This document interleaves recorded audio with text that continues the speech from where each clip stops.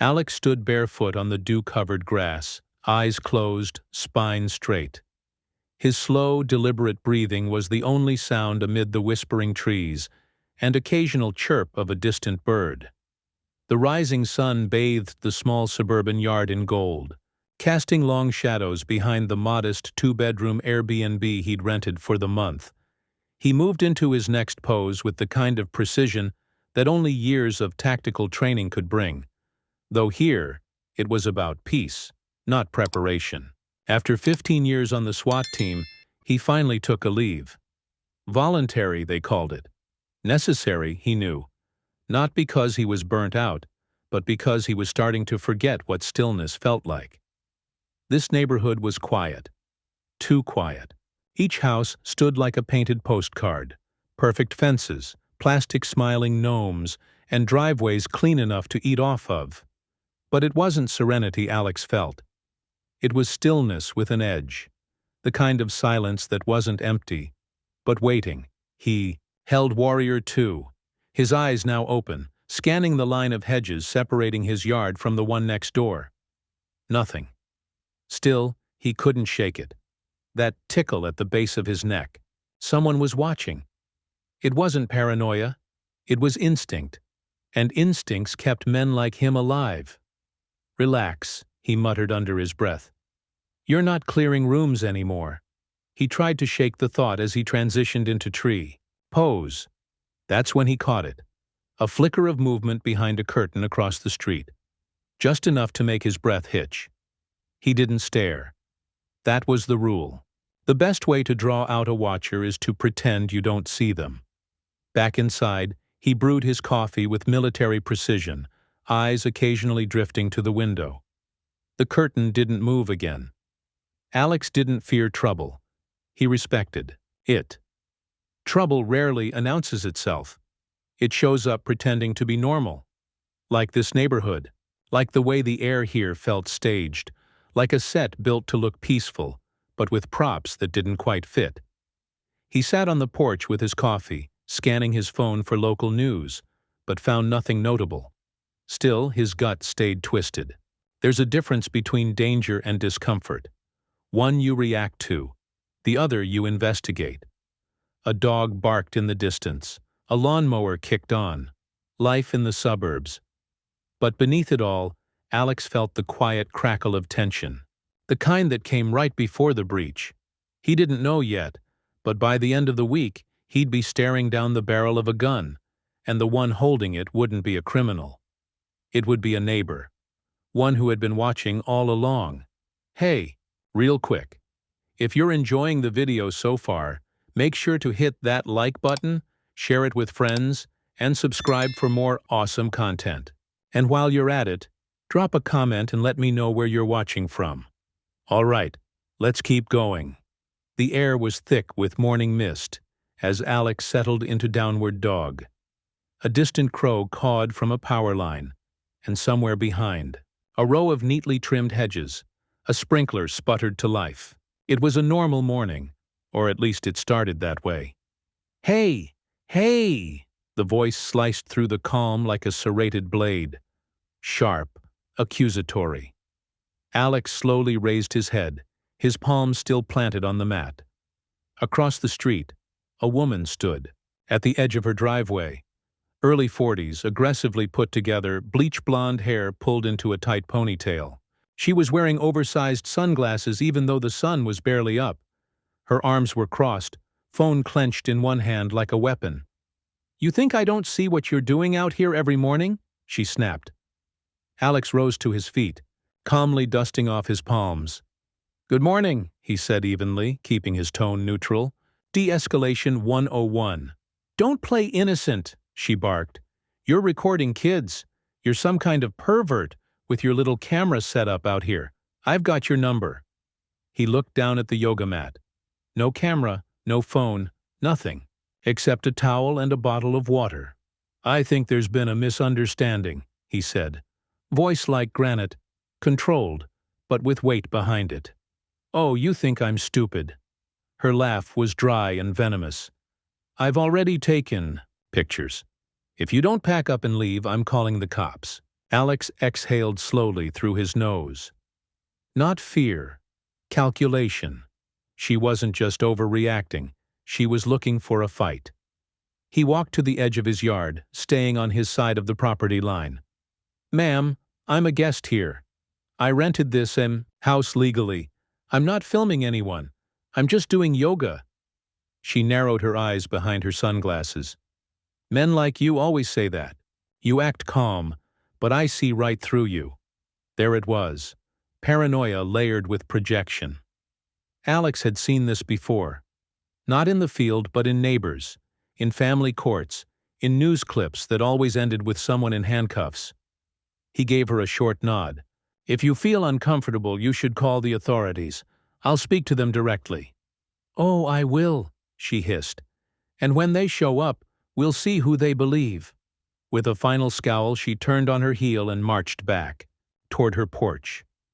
The door slammed behind her like a gavel. Alex stood still for a moment, then walked back to his mat. But the peace was gone. His breath, steady moments ago, now sat heavy in his chest. Her voice echoed in his mind. "We'll see who they believe." He wasn't worried about the police. He knew how to handle cops. He was one. But it wasn't the threat that bothered him. It was her eyes. Behind the sunglasses, behind the anger, there was something else. Not just rage, obsession. He'd seen that look in unstable suspects, people who didn't want justice, just control.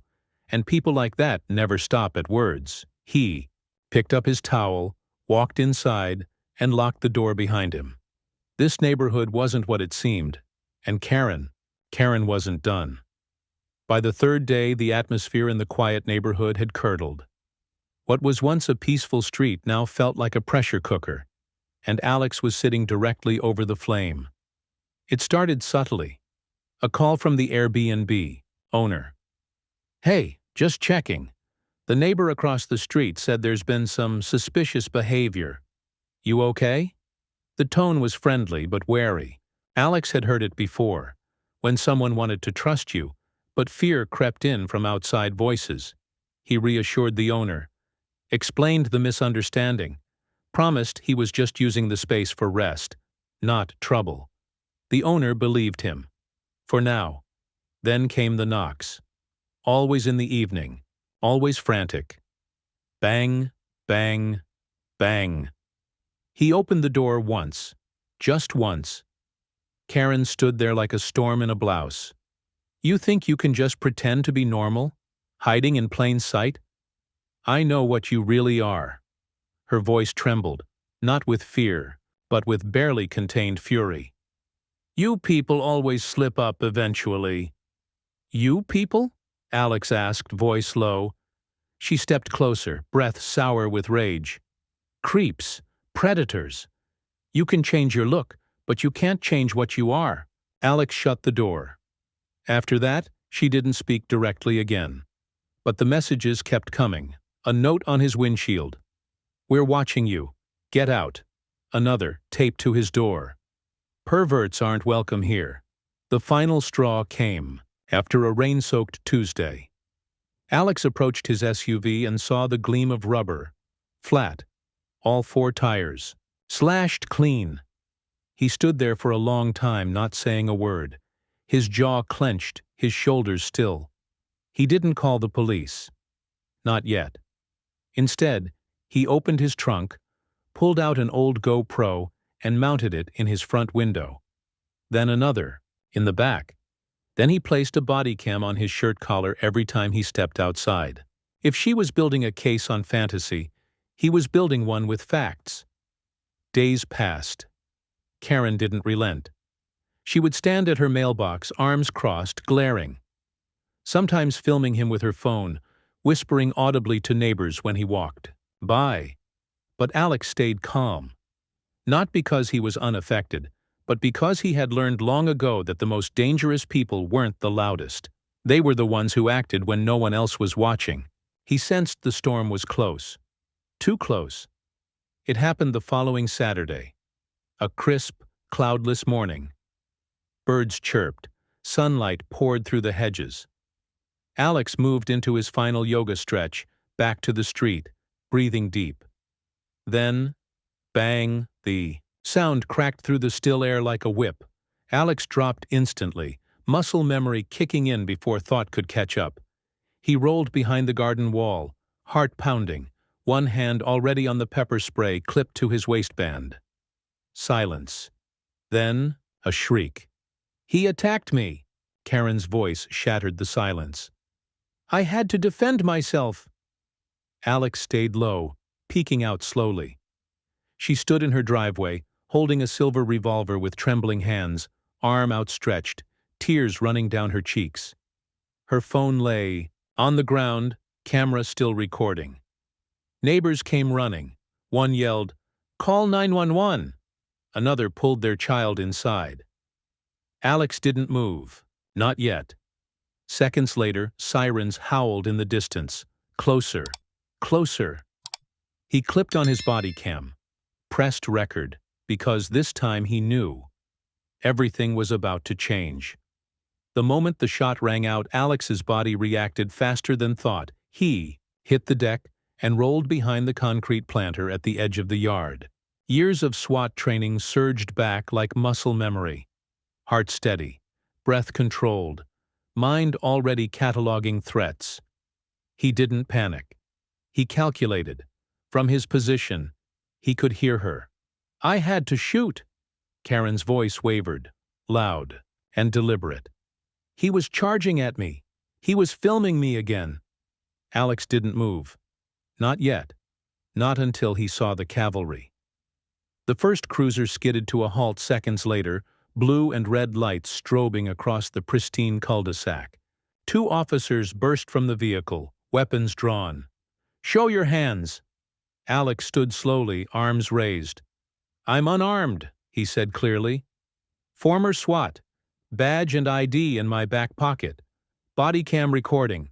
The lead officer, a young man with a tight jaw, moved in cautiously. "Turn around," Alex complied, calm but alert. "Don't mistake discipline for guilt," he said as they cuffed him. "Check the footage. It'll explain everything." Karen was still yelling. "He was stalking me. I've reported him. This is the third time." The second officer retrieved Alex's badge, scanning it. His brow furrowed. "You were LAPD SWAT?"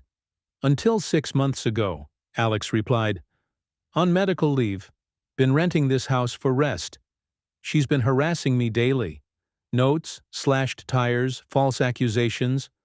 I documented all of it." He nodded toward the GoPro inside the front window. "That's been rolling for 2 weeks. It caught the shot, caught her aiming." The younger officer exchanged a look with his partner, who was already pulling the footage from the body cam. Then the mood shifted. The screen showed everything. Alex doing yoga, unarmed, unaware. Karen raising the gun, her hands trembling. The crack of the shot. The shouting stopped. Karen stood frozen on her porch now, face pale as the realization set in. He edited that. He's military or something. He knows how." "No edits," the officer said flatly. "Footage timestamps match. You fired on an unarmed man standing in his own yard." Karen's lip trembled. Her voice shrank. He was going to hurt me. I felt it." "Feeling something and proving it aren't the same," the officer said, slipping cuffs onto her wrists. "Ma'am, you're under arrest for reckless endangerment, unlawful discharge of a firearm, and filing a false police report." As she was led to the cruiser, she screamed, "This isn't over! People like him don't belong here!" Alex watched her go, heart thudding not with relief, but with a deeper, colder certainty. She hadn't been trying to scare him. She'd been trying to provoke him into reacting, into giving her a reason. But he hadn't. He knew what restraint meant, what it could cost. He'd seen too many men go down not for what they did, but how they reacted to fear. The officer uncuffed him. "You handled that like a pro. You okay?" Alex nodded once. "I've seen worse." But inside, something had changed. This wasn't just Karen. It was the truth about the quiet monsters that lived in plain sight, people who created their own reality and tried to drag others into it. As the cruiser disappeared down the street, he looked back at his yoga mat, still lying in the yard. Peace was a battle, and sometimes the quietest wars were the most dangerous. The flashing lights faded by noon, but the echo of the morning's events lingered in every whispered conversation, and every curtain drawn just slightly wider. Karen's arrest had sent a tremor through the neighborhood, not because of who she was, but because of what she represented. Everyone thought they knew her, the concerned homeowner, the protector of her block. But under the facade was a ticking bomb, and it had taken one man's silence to expose the truth. Alex stood in his driveway, arms crossed, watching the street settle like dust after a storm. The yoga mat had been rolled up hours ago, but a corner of it still peeked from under the porch, half forgotten, like the peace he once thought he'd find here. Neighbors began to approach, hesitantly, one by one. "Didn't know it was that serious," said an older man in a baseball cap. "We just thought she was opinionated." Another, a woman with a stroller, offered a gentle nod. "I'm sorry, I should have said something earlier. She's done this before. Not like this, but enough." Alex didn't offer blame, only truth. "She didn't want to be right," he said. "She wanted to win." That night, as the sun dipped behind the rooftops, Alex sat on the back porch and reviewed the footage one more time, not to relive it, but to learn from it. Every frame of her escalation, every step of his restraint. It wasn't just evidence, it was a blueprint. 2 weeks later, the footage was picked up by law enforcement circles, then by local news, then national. Not as a tabloid spectacle, but as a training tool. De-escalation under pressure, one headline read. The discipline of calm. The SWAT Academy reached out. They wanted to use the body cam recording in their new course on civilian interaction and situational awareness. What began as a personal battle was now public legacy. Alex watched as the views climbed past 1 million, then 5, then 10. But the recognition didn't feel like vindication. It felt like responsibility. One comment stuck with him. Staying calm. When everyone else is losing their minds, that's real strength. He didn't reply. He didn't need to. Because what happened with Karen wasn't about viral justice or revenge. It was about discipline in the face of chaos, about staying grounded when the world wants you to explode. And the final twist? He hadn't planned to teach again. Not after what happened on his last mission, the one that put him on leave. But this? This was teaching. Just not in the way he expected. In a world that often rewarded outrage, Alex had become a quiet reminder that composure wasn't weakness. It was armor. And sometimes, the strongest move is not pulling the trigger. As night fell, Alex stepped back onto the porch. No yoga mat, no cameras, just him, breathing, listening. Peace had never been a place. It was a decision, and this time, he'd earned it. If you enjoyed this video and want to see the next part, let me know in the comments. Don't forget to like, share, and subscribe too. Stay updated. See you in the next one. Your support means the world.